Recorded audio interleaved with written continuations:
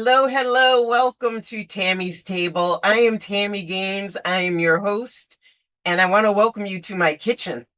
Now, if you think about all the best parties you've ever been to or gatherings, everybody somehow ends up in the kitchen.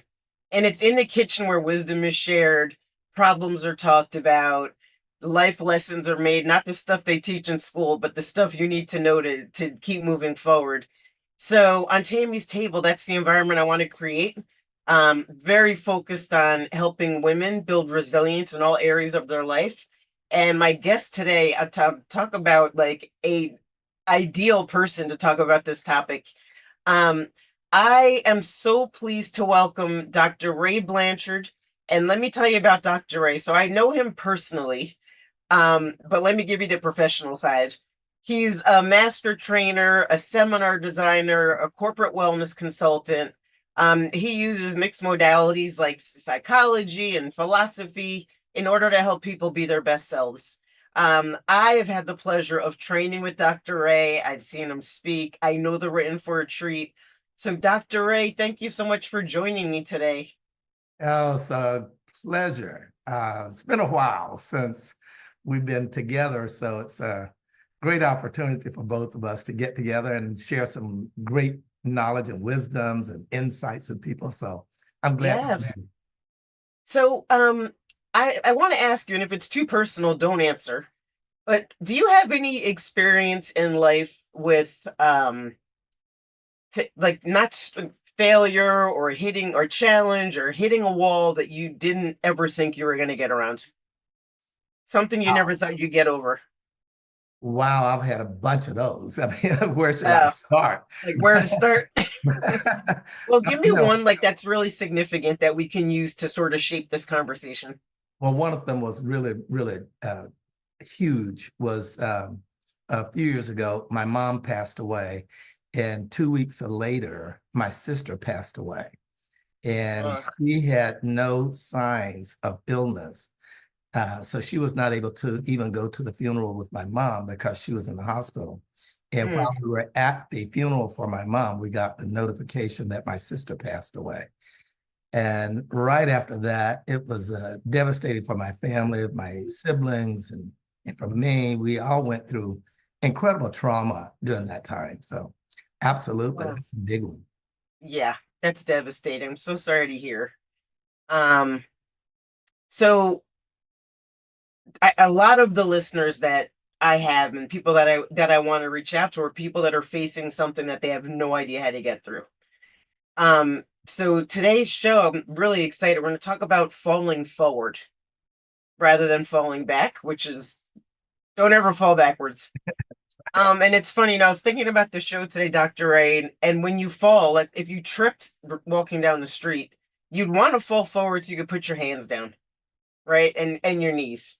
When you fall backwards, you're falling. I mean, it's hard. You hit the cement. There's no stopping your fall. Right. And So go ahead.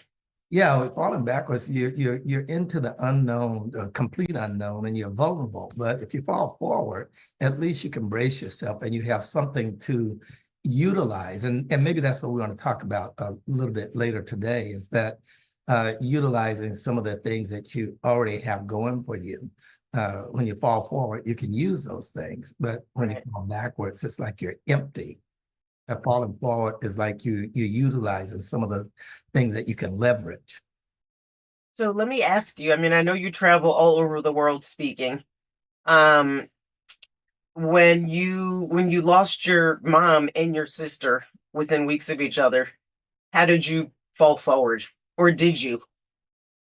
Well, to be real honest, immediately it was such a shock that I was a little stunned, and I didn't know quite what to do. But one of the things that really helped me is to giving myself permission not to fix it. Not Mm, because my MO usually is go into fixing things and handling things. You know, that's my profession, is to handle things and help people handle things. And then when it happened to me and I went through it, what do you do? And I think one of the best things I did for myself at the time is to give myself permission not to have to fix it and not to have closure right away, and just accept it and give myself some space.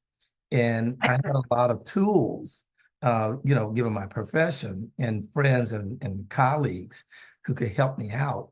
But I think that was one of the biggest things right away, is to just give myself some space. I think that's so important, giving yourself permission. Um, and most people don't, like, we go right into action mode, right? Mhm. But it's in when you're busy being busy, you're not feeling what you're feeling. Mhm. So I think that is extremely important as a good first step, is to give yourself permission. Um, Mhm. and then just talk generally. I mean, you have tools that you use to help people get to the next step or get through whatever it is they're facing. What are some of the tools that you can use, like practically, that people can use to fall forward? Well, I think the first one, as I just mentioned, is to give yourself some space, because most people want to get rid of things right away, like trauma or hurt. They want to get rid of it. And one of the things I do in a lot of my trainings and a lot of the work that I do is let people experience their experience. Just go ahead and experience it rather than deny it, rather than trying to stuff it, rather than trying to avoid it and get rid of it, Hmm. and going into resistance. Because when you're in resistance to it, you're more vulnerable to be broken. But if you just let yourself experience your experience, Hmm. it tends to complete itself, number one. Like anything in life, when it's fully experienced, it doesn't need to be there anymore. It's like, and I That's always, what I was gonna. Sorry for interrupting. That's what I was gonna ask you. How do you know when you're done? Experience whatever you're experiencing. it kind of falls away, and the light bulbs kind of come back on. I always use the metaphor, you like fruit on a tree. When it's fully ripened, it just falls away. It doesn't need to Hmm. be anymore. But and what happens for most people, they don't complete things. They don't let themselves complete it because they're afraid of it, and they Right. avoid it, and they resist it, and they don't Right. want to complete it or experience it. But when you fully experience it, and I even take people through exercises in the training to let them experience their experience and go through all the hurt, go through all the emotion, go through all the excitement, and then let it just complete itself naturally. We don't, it's like someone says, you push the river, it flows by itself. So you don't force it, you don't do anything, you just experience it. And when you experience it, it completes itself naturally. So I'm really big on natural, organic, letting it happen, be in your experience. And all that I have people do is simply notice. Notice something you never noticed before, and then move on to the next. And notice something you never noticed before, and move on to the next. So noticing and being mindful is a practice of getting you present again. Right. For anything, by the way, not just for this. Yeah. Um, so I've learned in my own life that when I don't let something work itself out, like experience the entire feeling or the experience, it always finds a way to come back again, either in the same form or a different form. I'm like, I thought I was done with you, but I actually was not done with it. Yeah, that's so funny because it's like a broken record. You remember the days when we had those the record players and the Yep. discs, and they would get scratched, and Yep. and the turntable goes, and then the needle will just pop right back, and it just over and over and over. Well, it's like that. When something it comes back again. If you don't complete it, it just keeps coming back over and over and over again. And Absolutely. So, okay, so far we've talked about being present, like noticing differently. Um, what's another in the process of falling forward? Um, well, yeah. that's a good How question. about another tool? And then I have a totally different question. Well, I like I said, I like to be real organic about things. So one of the things I think is really, really important that people forget is to get outside, get out of the space, get out of the environment, the hurt environment, and even take walks, get outside, get into the environment, It's just like some of the great thinkers say that environment is stronger than even willpower. Mm. If you can get out into the environment, there's no judgment in the environment, and nature has no judgment. So it allows you to be present and connected and feel part of something and let nature speak to you.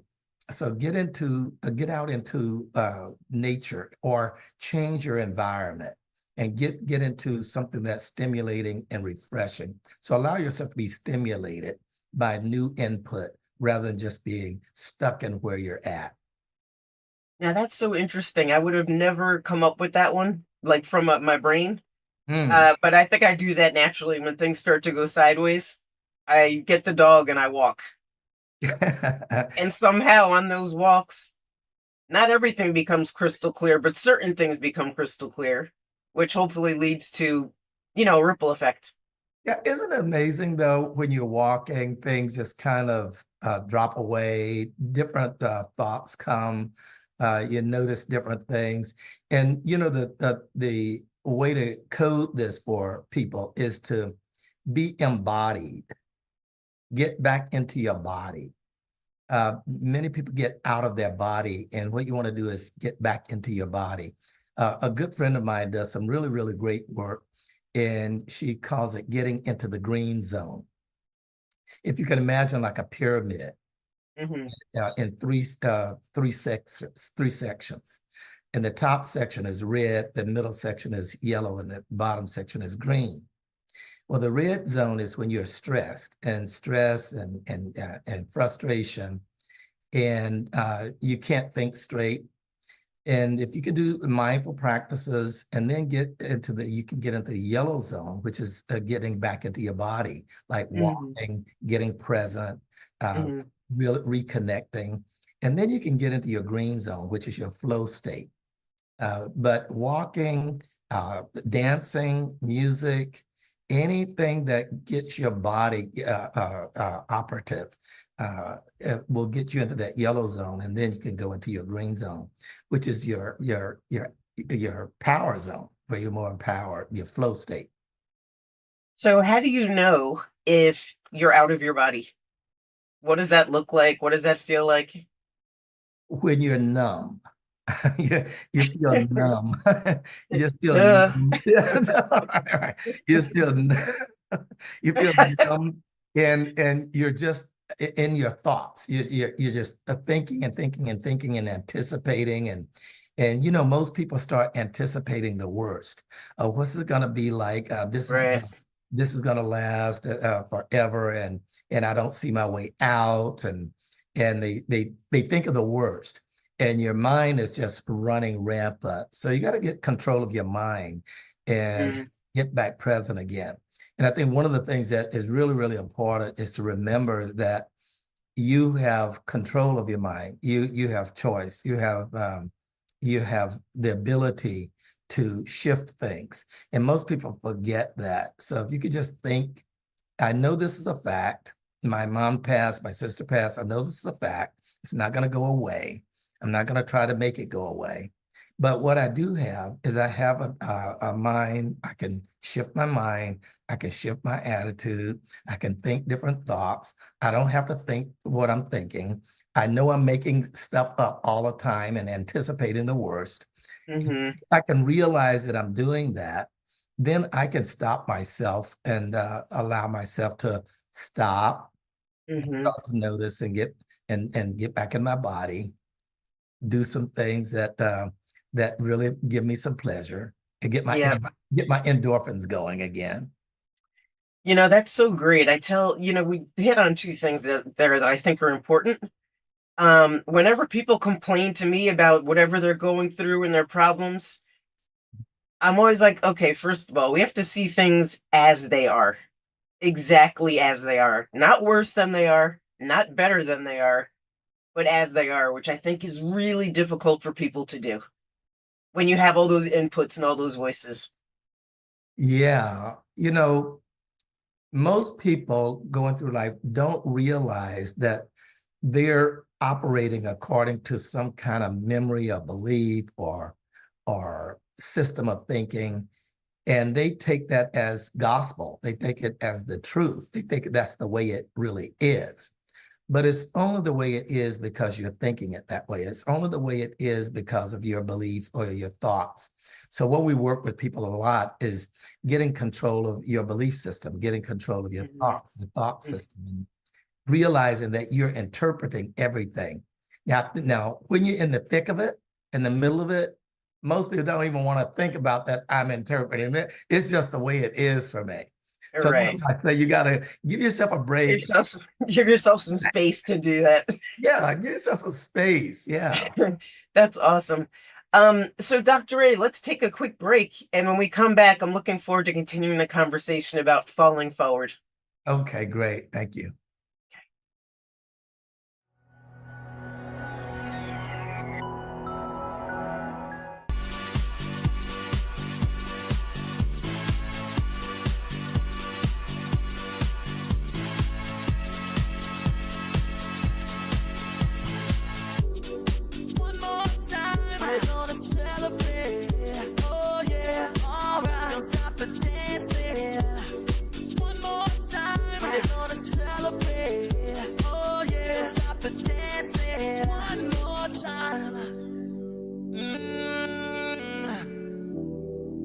I'm just feeling celebration tonight. Celebrate, don't wait too late.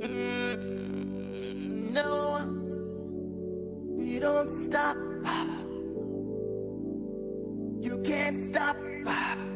We're gonna celebrate one more time. One more time. One more time. A celebration.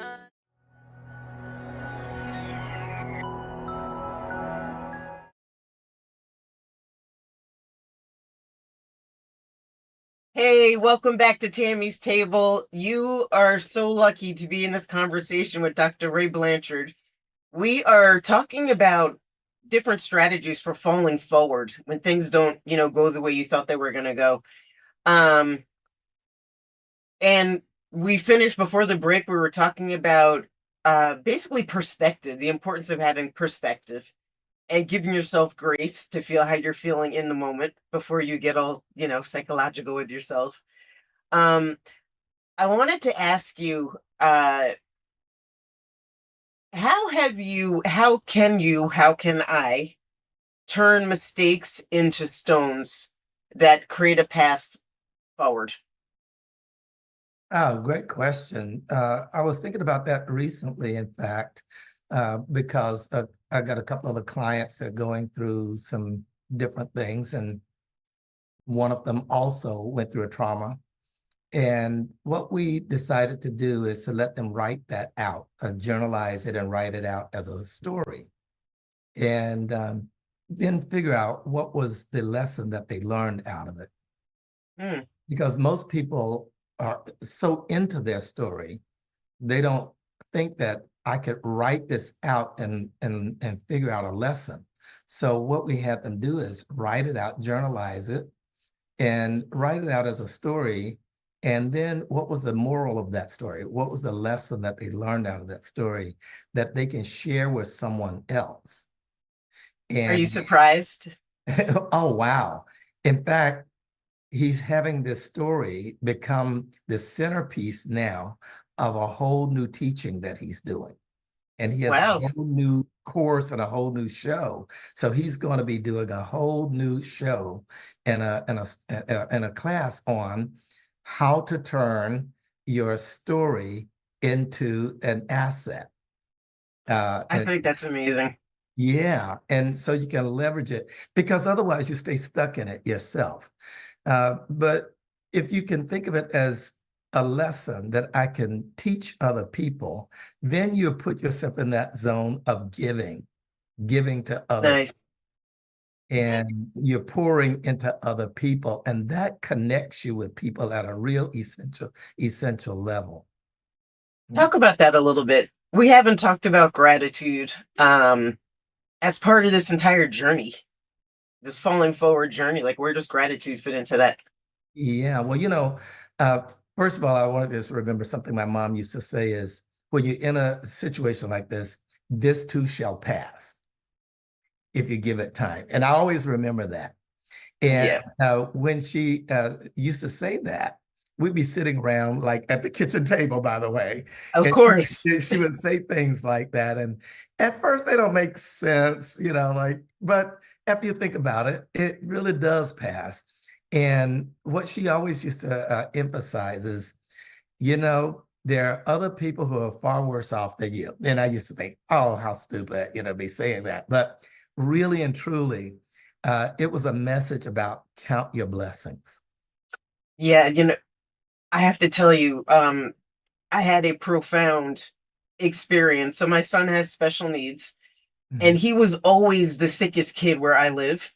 Like at the hospital, at the doctors, he was always the sickest kid.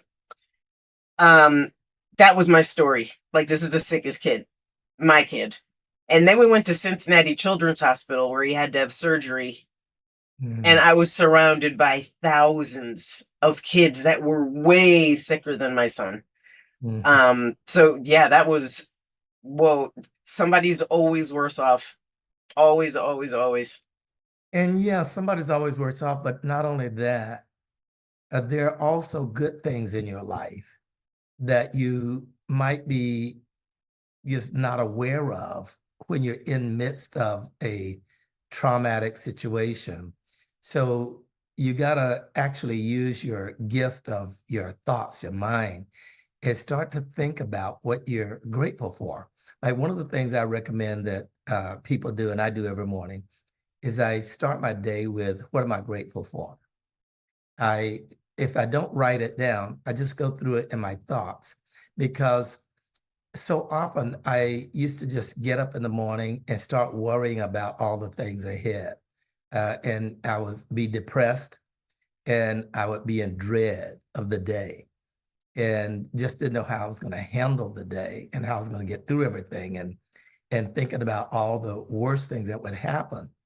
So I started making it a practice to meditate in the morning for a few minutes, maybe 5 to 10 minutes, or pray or your prayer. But start my day after that with a list of the things I'm grateful for. And throughout the day, just take a moment and what am I grateful for?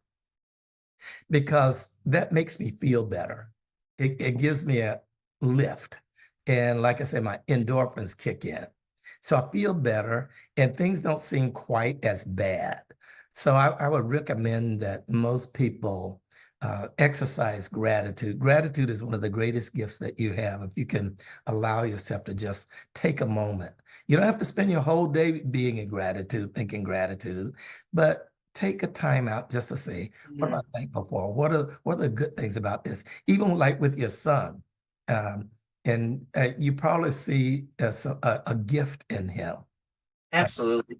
you know, all of what he's gone through and all of what you've gone through, you probably see some light in that too, to some degree. Yeah. I have a lot of memories, but I'm not going to share them here. But um, that is a beautiful sentiment. I think people underestimate how important the way you start your day is. Um, because that's usually how your day goes. Like, how you start is how your day goes. Mhm. But what would you say to somebody who is so angry and so upset about what they're going through? And I'm thinking about a friend of mine who's getting divorced and is just so mad all the time. What would you say to somebody about how to be in gratitude when all you can see is red? Right. Well, the old expression is what you put in your mind comes out of your mind. So what you put in is going to come out. So if you put in anger, anger is going to come out. And I would recommend always have a couple of good friends because one might not be available when you need them. So always have, have two or three and connect with people, uh, share. and listen to other people so you can have empathy for other people too. Because once you start to talk to other people, you'll find that they've got just as much going on as you got going on. And you can start to have empathy for them. So it will build empathy and build connection with you. One Mhm. of the greatest things that I think you and I have talked about in life it gives us is the opportunity to be with family and friends, chat with each other, because that's how you get well, is be connected. One of the things I wanted to just real quickly say is that a lot of people go through a lot of traumas. People commit suicide, people jump off the Golden Gate Bridge and things like that. And so they did a study and investigated some of the people who jumped and still lived. Ugh, And they asked them, well, what happened? And also these school shootings. right. They asked some of them what happened, and they identified three things. One is that a loss of identity, and the other one was loss of belonging, and the Hmm. third was a loss of community. When those Interesting. three things happen, there's no reason to live, and it doesn't matter what I do. So I think one of the first things that you can do is by chatting with people and being with family and friends, you get reconnected with who you are and what your role is, what your purpose is.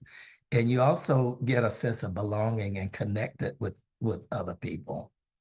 And That's you powerful. also can listen to other people too. And, Hmm. and that way you're giving to other people. So it gives you a sense of community, of belonging and community. And I think that's healing. So I think Yes. those are the main things to do is stay connected and listen to people, express yourself authentically. Don't Hmm. think back. Have somebody that you can talk to that won't judge you, and Right. and just outflow and then listen to them. You know, that's such an interesting statistic that I had not heard before. But if you think about when we were in the pandemic on lockdown, that's why so many people struggled. Like they struggled not going to the office. They struggled, not seeing their friends, not going to parties.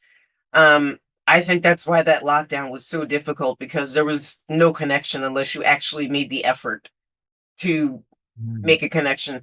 And I think if you're feeling down, if you're feeling that you've lost those three things, it's hard to be inspired to make connections. It's hard to, come back once you feel that way. Once you feel that way, you lose your sense of purpose. Right. Right. And if you don't have a purpose, then you don't have hope. And Beautiful. and if you could reconnect with who you are and reconnect with your role in life, then you gotta reconnect with your sense of purpose. Because if you don't have a sense of purpose, then what What's the point? what's the point? What's the point? Yeah. So Ray, let me ask you, we just have a minute left here, but I wanted to know, where do you think falling forward, failing forward, fits in accessing your full potential? It's really, really critical because if you can fall forward, then you also can start to achieve and aspire to things. And having aspirations are really what forwards us, and that helps us to thrive. And the important thing is to always be committed to thriving, always be committed to going forward, always be committed to aspiring to things. Because when you do, it creates a different vibration in you. And then you radiate that vibration outward and you become more attractive to other people. And you start to attract people in your life who want to be engaged with you. And then opportunities open up for you because other people bring opportunities into your life for you. So falling forward, always have an aspiration, always have some place to go, and always look forward to something. Um, you know, the past happened, but it doesn't have to be your future. Beautiful, beautifully said. I First of all, will you come back? I have more to talk to you about. I would love it. I Yeah, love having these kind yeah, of conversations. yeah. So for the listeners that have just fallen in love with you, like I have, where can they find you? And tell me, what are you working on? I'm working on a lot of stuff, but you can find me at rayblanchard.com. And if you go there, you can pick up my 8 steps to manifest your vision. And that will help you to start structuring your aspirations and achieve your dreams, achieve your aspirations. I'm working on a book right now. I'm working on another class to train trainers. And I'm going to start another mastermind with some of the forward-thinking people. So I've got a bunch of things that I'm working on. Nice. And You have lots of aspirations. yeah, I had gotten to that part of my life, being 76 years old. I thought, it's time to retire. My family wants me to retire. But then I said, who wants to retire? I want to keep living. I want to keep doing things. Absolutely. And, Well, keep alive. Yes. Well, listen, thanks again for coming on. And thank you all for listening to our conversation about falling forward. You can hear Tammy's Table every Monday, 12 p.m. Eastern Time. Have a fantastic week.